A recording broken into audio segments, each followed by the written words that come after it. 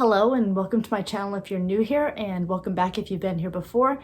My name is Christina and this is Christina's Cleaning and Homemaking. If you could please click the subscribe button down below if you haven't yet, and click the little bell next to it. That'll let you know when I have new videos released so that you can see them.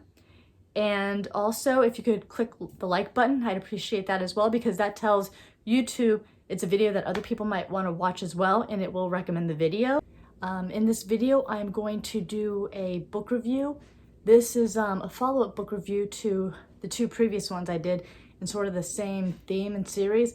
The first one was Infiltration by Dr. Taylor Marshall, and then the second one was School of Darkness by Bella Dodd.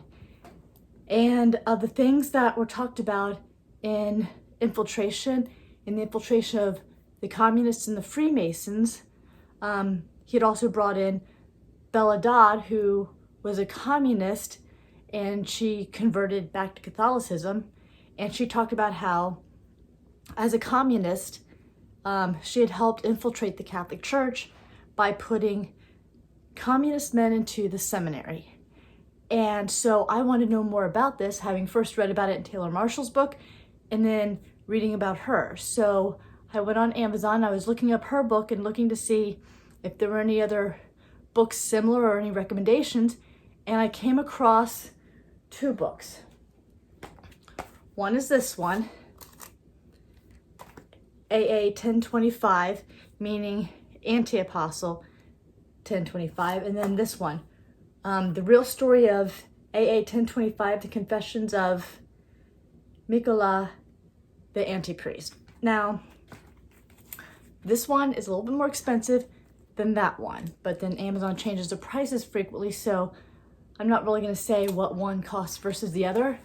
I do have to say, I got this one first. I'm kind of glad I did, because it is substantially thicker than this one. Now, this one has the actual memoirs in it. This one, even though ironically on the first page, it sort of seems to dog this one in the introduction. At least I assume that's the one it's talking about, because it says, in 1972, Yves Dupont published The Story of Seminary Student 1025, which details a true story of communist infiltration into the Catholic Church. About the same time, Tan Books published a fictionalized version of this work as AA-1025. This work is quite popular, but useless in presenting the case for what may have happened in the 1960s to the Catholic Church. Having read this and this, I can only assume this book is not talking about this one, because this one has the memoirs in it.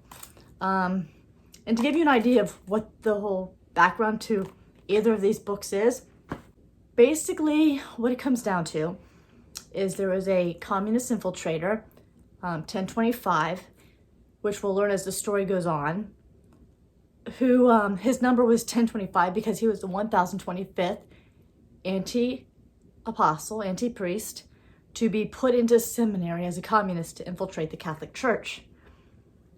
Now, as time goes on, he decides at some point that he wants to write his memoirs, even though he has absolutely no intent of them ever being published, because this information can't get out, and he plans on destroying them.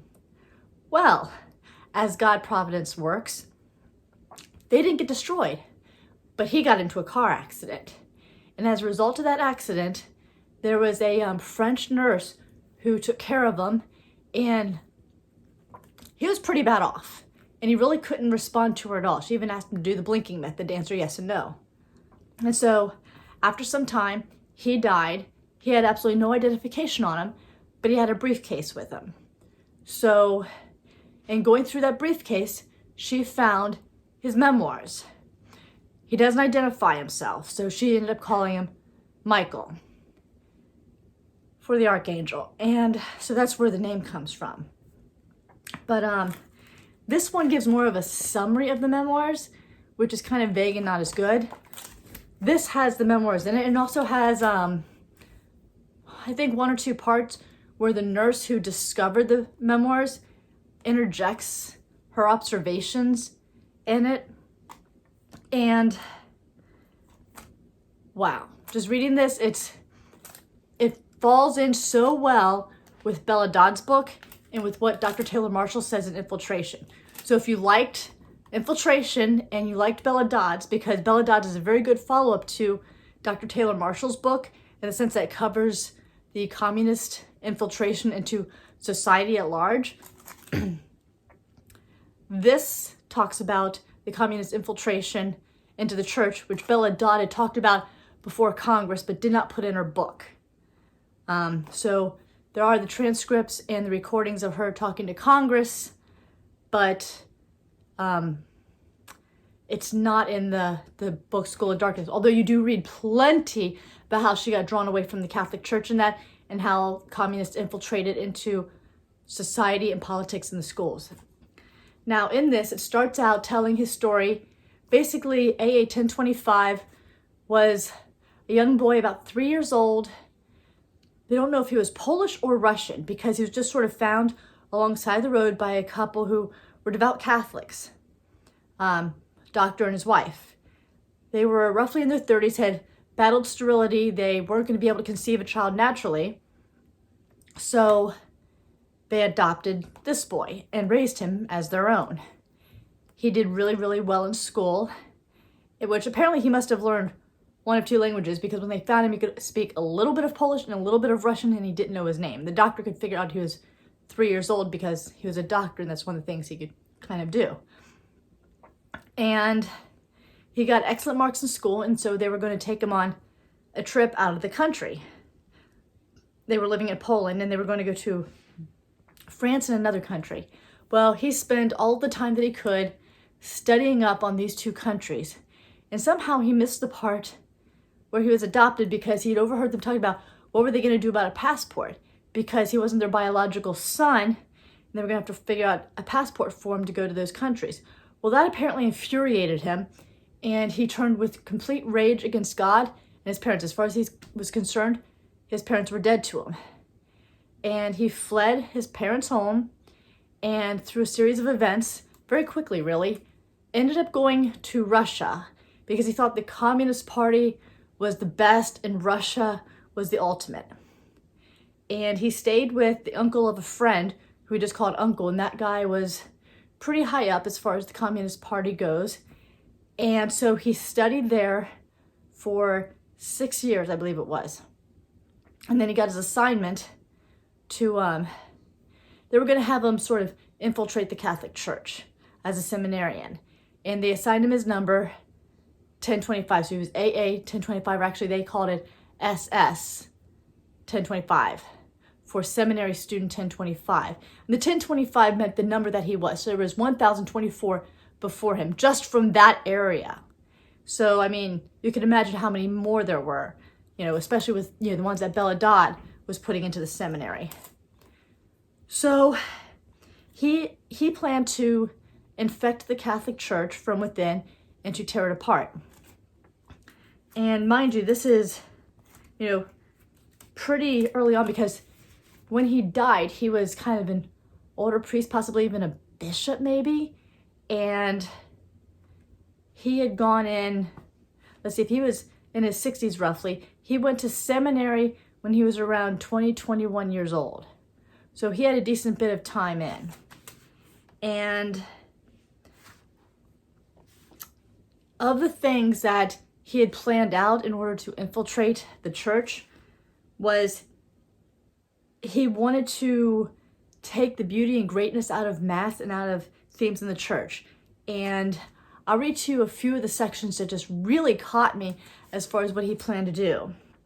To show that the luxury and art found in Catholic and Orthodox churches are intensely disliked by Protestants, Jews, and Muslims. To suggest that this useless show must be suppressed for a greater welfare.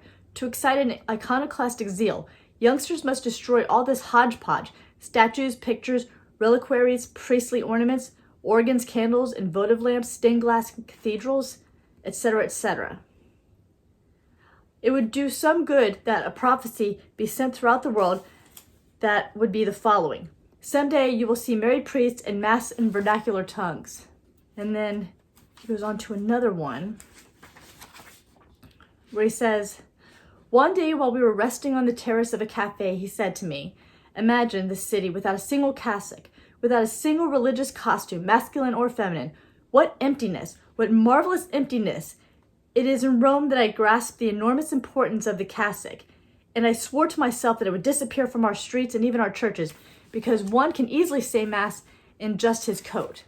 Further down, he says, this birth was so simple that I could hardly believe it to be true, but it does seem true that when young boys between 4 and 10 years old know a sympathetic priest, they have a desire to imitate him. And then and there I understood my hatred for the cassock, because those young boys would not have felt the real or imaginary power of the priest if he did not signalize himself by a life different from that of others. The costume was one of these differences, and we can even say that the costume forever proclaimed all doctrine of the man who wore it. And that really struck me because my husband is a revert to the faith. He had actually wandered away from the Catholic Church for roughly 30 years.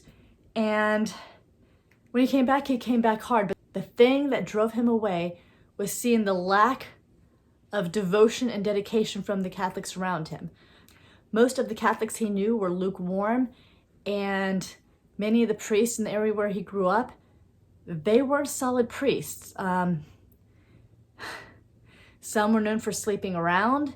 There were some that kind of, people had the idea that they were gay. Others just sort of weren't sticking fully to the doctrine and would sort of teach heresies, if you will, or just they didn't show respect for the priesthood. He saw the same thing among some of the people in the Knights of Columbus, though he does admit that not all Knights of Columbus are necessarily like that, but in his area, that's what he saw among the clergy and among those who claimed to be Catholic and who were supposed to be giving a good example. And so he had wandered away from the church for quite a bit, but then Mary and the undeniability of the Eucharist brought him back. And so when I read that part, I thought, yeah, he did not have a good example from priests. And so those very people that he went to ask about the faith, they couldn't answer his questions for him. And you can actually hear more about that in his testimony on his channel, which I'll link below. But his is 2 Corinthians 5:15. He also has a website too. But yeah, when I read that in this book, it just hit me. I was like, wow, because that's what my husband talked about of what led him away. So obviously what this guy said in here, it works. And I know my husband wasn't the only one that happened with. Further back he goes, I thought of weakening it by cultivating remorse. Let everyone imagine himself to be responsible for the actual division of Christianity. Let each Catholic make his mea culpa and try to find out how he could erase 4 centuries of contempt toward Protestant sects. I could help this research by mentioning all that offends Protestants and by suggesting the empowerment of a little more charity toward them. Charity has this advantage that we can have it perform any kind of foolishness.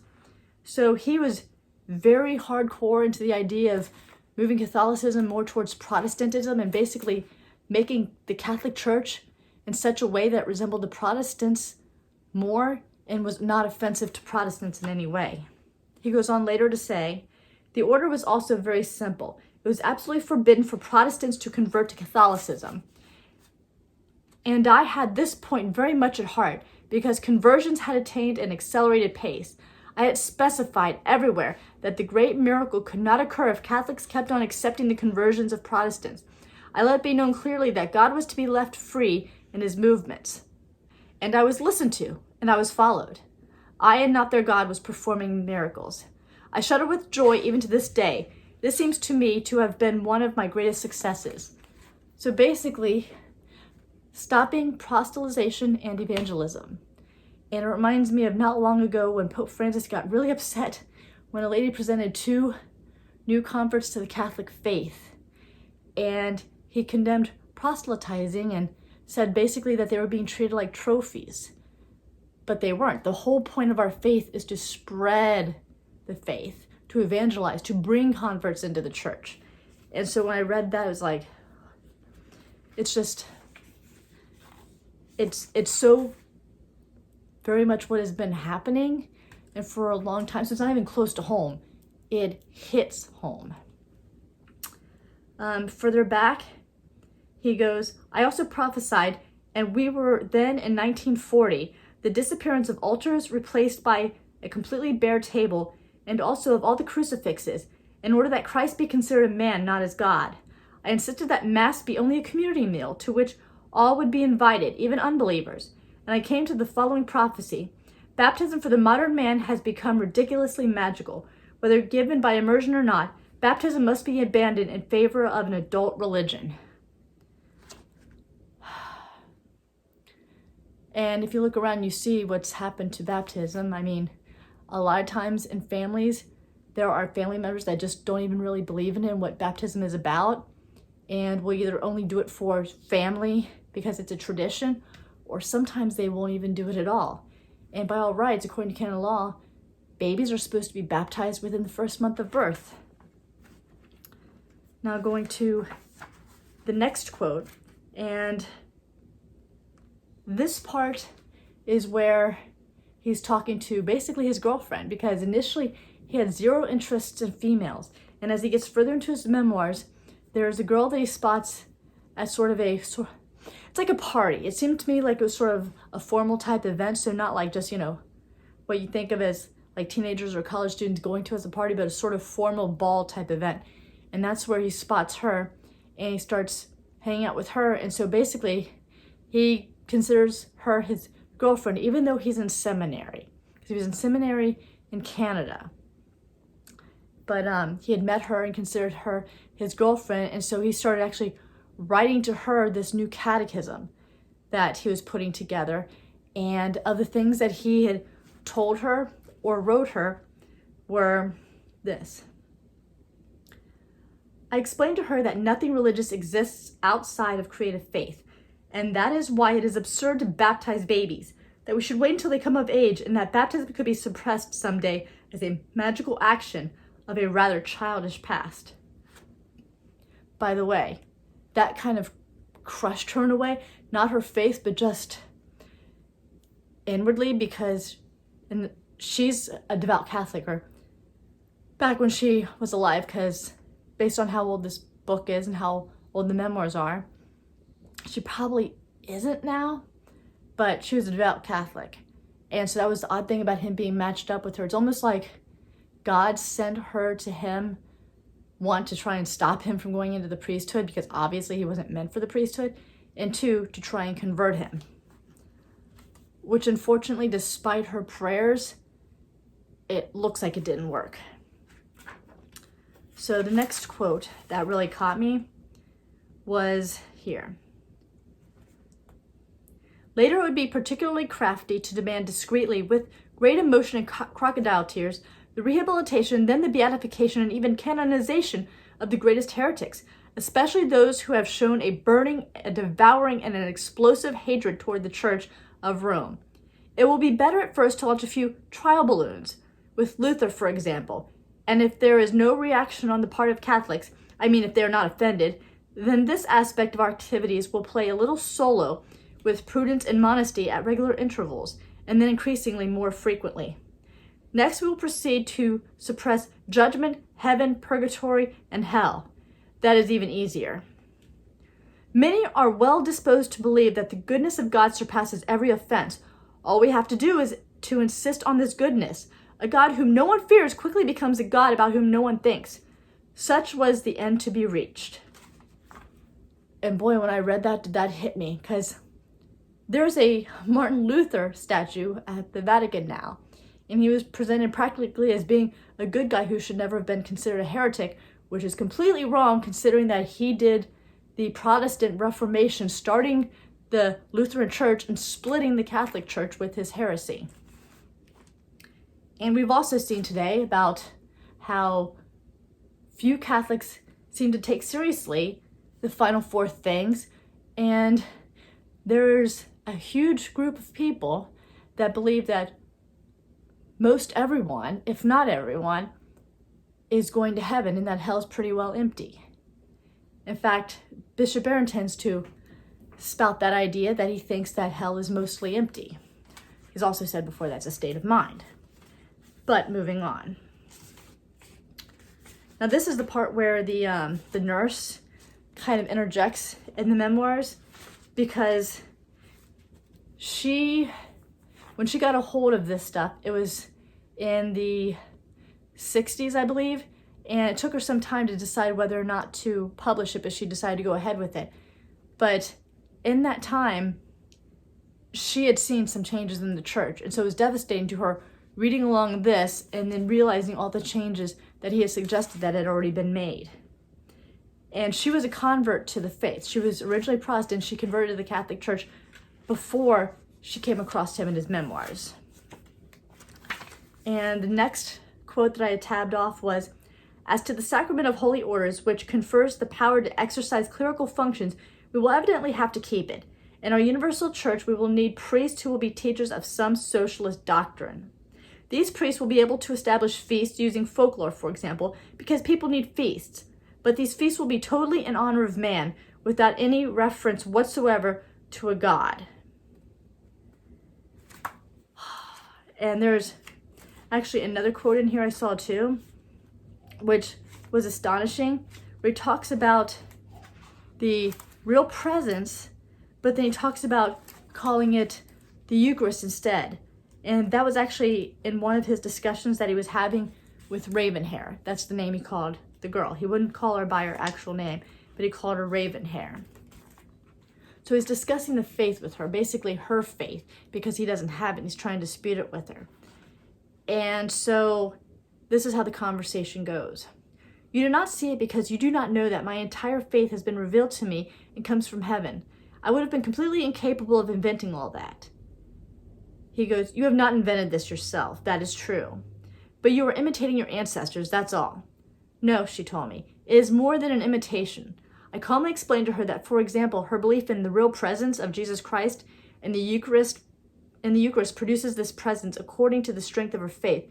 But for anyone who believes in nothing, nothing is produced.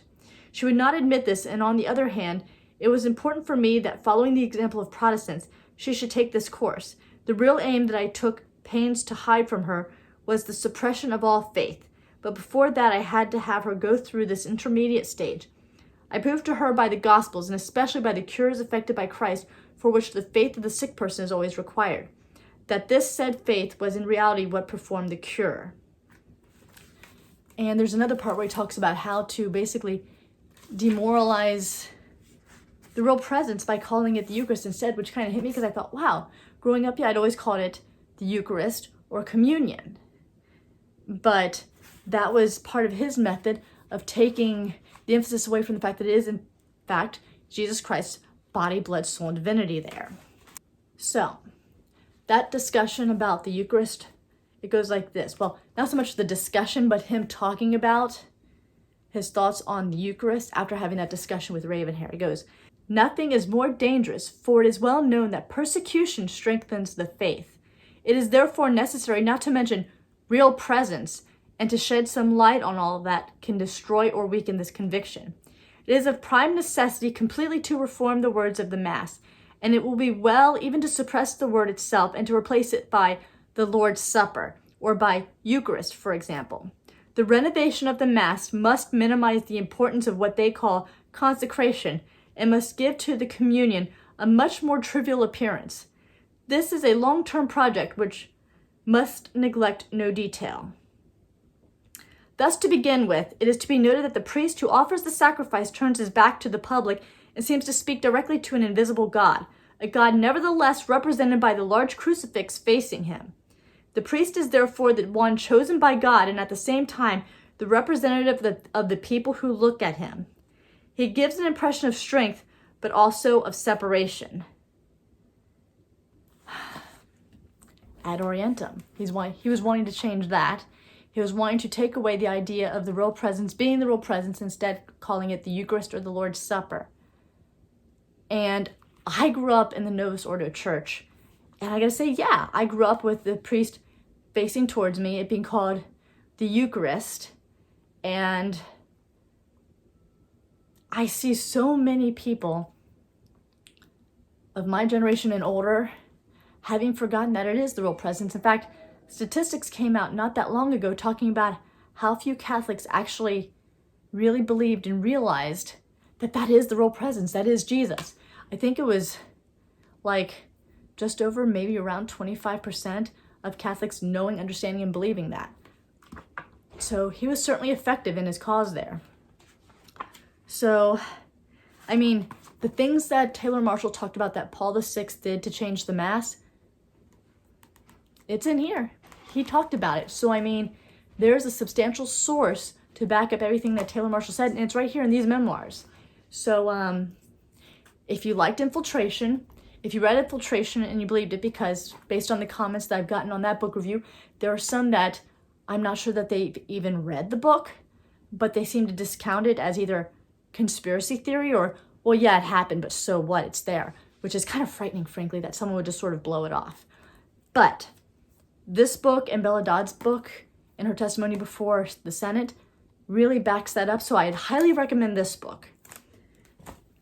This one basically just does a summary of the memoirs, so it's kind of unsatisfying in that, because this has the memoirs, this doesn't. This just basically summarizes everything that you read in here. This, however, has also the Alta Vendita, I believe it's called. Let's see here. Yeah, the Alta Vendita from the Freemasons is in here. So it's not a complete waste if you want to see that and read a summary of the memoirs. But if you want to read the memoirs themselves, I highly recommend this book. So, yeah, it's a good book. It doesn't take that long to read, but it's packed full of information. You can actually see the stuff that he recommends taking place in the church. And by the way, he was around for Vatican II. Not everything that he wanted accomplished in Vatican II was. So he was open for a Vatican III to come around to finish off what didn't already take place in Vatican II. But if you get this, you can read about that in there and know what I'm talking about, because naturally you're going to get more in depth reading the book than listening to me. But I try and give you at least an overview to give you an idea of what's in the book and why you're going to want to read it. Thank you for watching. If you've made it this far, if you could please click the subscribe button down below if you haven't yet, and click the little bell next to it. That'll let you know when I have new videos released so that you can see them.